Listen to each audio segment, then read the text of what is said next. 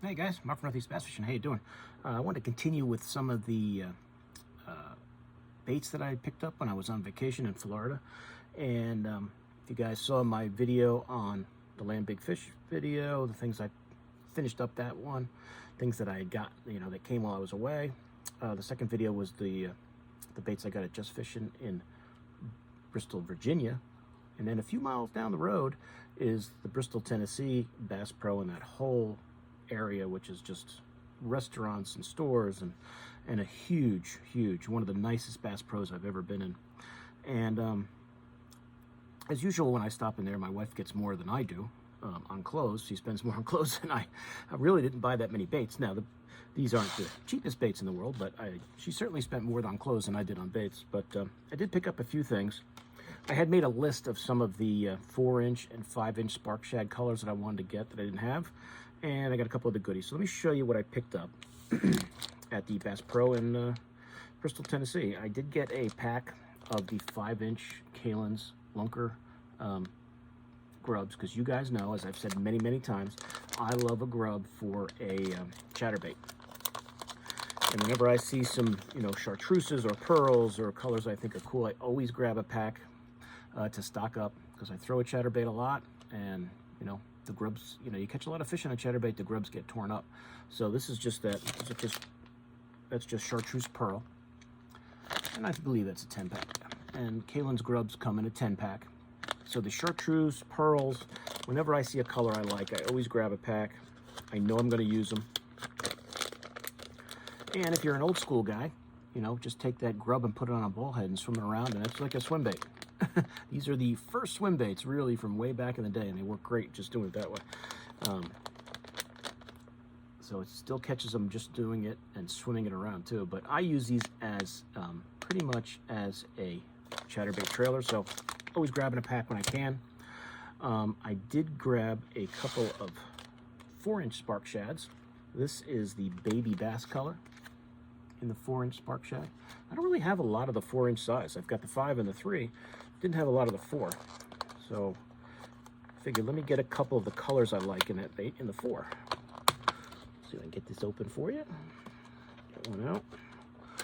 So the baby bass color in the spark shad is really nice looking.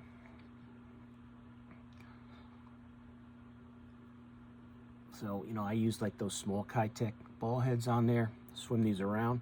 The 4-inch size I have not drop shotted. I'm not saying you cannot. I haven't done it. But I'm sure if you wanted to drop shot this, you could catch some. I would stick with that smaller size for that. But for some finesse swim bait fishing, that 4-inch size is really nice. I would not throw these on an underspin, just the way the plastic is. I don't think it would fit on there very well. I would just stick with a small bull head or Okashira head, one of those on here. But there's that 4-inch size in the baby bass color. I also got the 4-inch size in the IU color, another color I like a lot.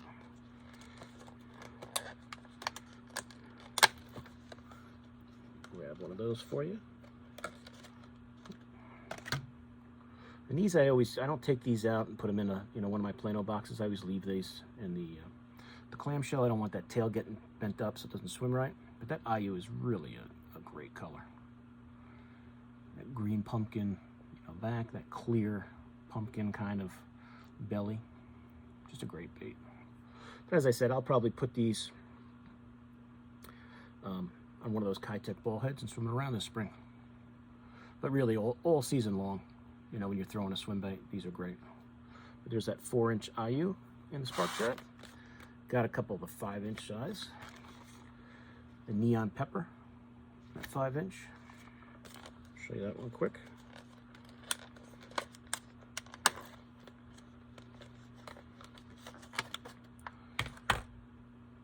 So there's your spark shad in that 5-inch size.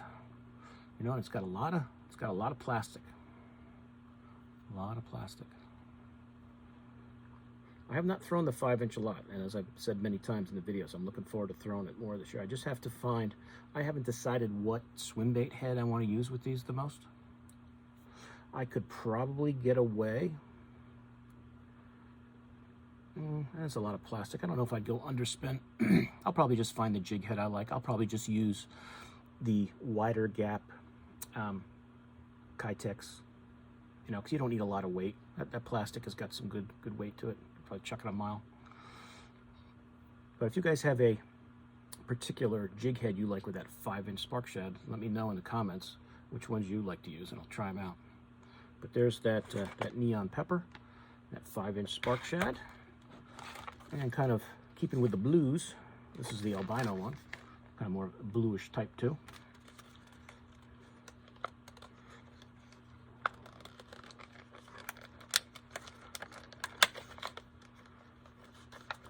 But it's a really nice looking bait right there.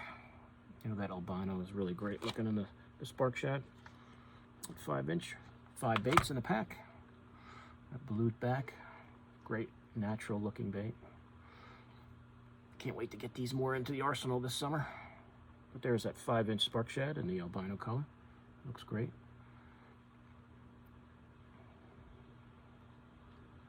I'm assuming those little bumps on the back are to give you an idea of where to put your hook through different ways. But I don't see why one of the Kitex with that, maybe that 3/0 hook would fit perfectly on there. Just run it right along that, you know, right along there where those colors kind of separate. Should pop out right there. I think that'll be a perfect combo with that. I don't want to overpower it with the hook too much, lose the action. And of course, last but not least, I see one of these sitting there and I just cannot resist. I have thrown the 110, the Megabass 110 plus one more, I think, maybe than just the regular 110 lately. And this is the HT Kasori shad. And I believe I actually looked that up, what HT was. I looked it up on my phone, let me see. Half tone. So I guess that's the half tone Kasori shad in the 110 plus one. It's a pretty cool looking color. Looks very sexy shad-like to me. I'll show you guys that up close, because then I'm going to put it in the box with the other Megabass jerkbaits. That's just, you know, I don't have to tell you guys how great the 110 is.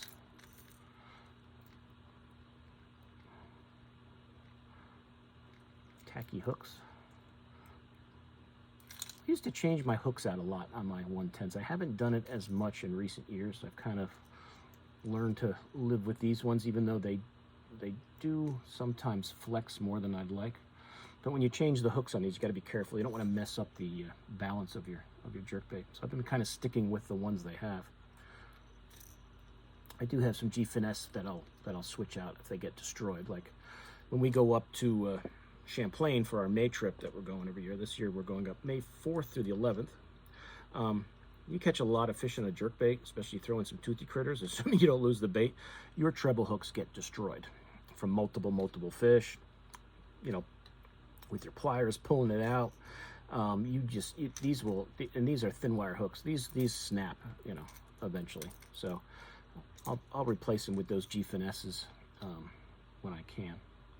Sometimes I'll take a red hook and put it in the front here. Like if this one gets destroyed, I may move this one back and then put a red one here. But I've been kind of sticking with those stock ones more because it just keeps the bait balanced. You know, you don't want to put too heavy of a hook on there and you kind of lose the balance the bait was meant to have. But it's a great looking color, that Kasori shad. I'll have to check. I don't know if I have this in any of the sizes, the 110 or the +2. And if I have another +1 and got 2 of them, it's okay, because you can lose jerkbaits, unfortunately, and I'll leave that out. I'm going to put that in the box. But that, guys, is it.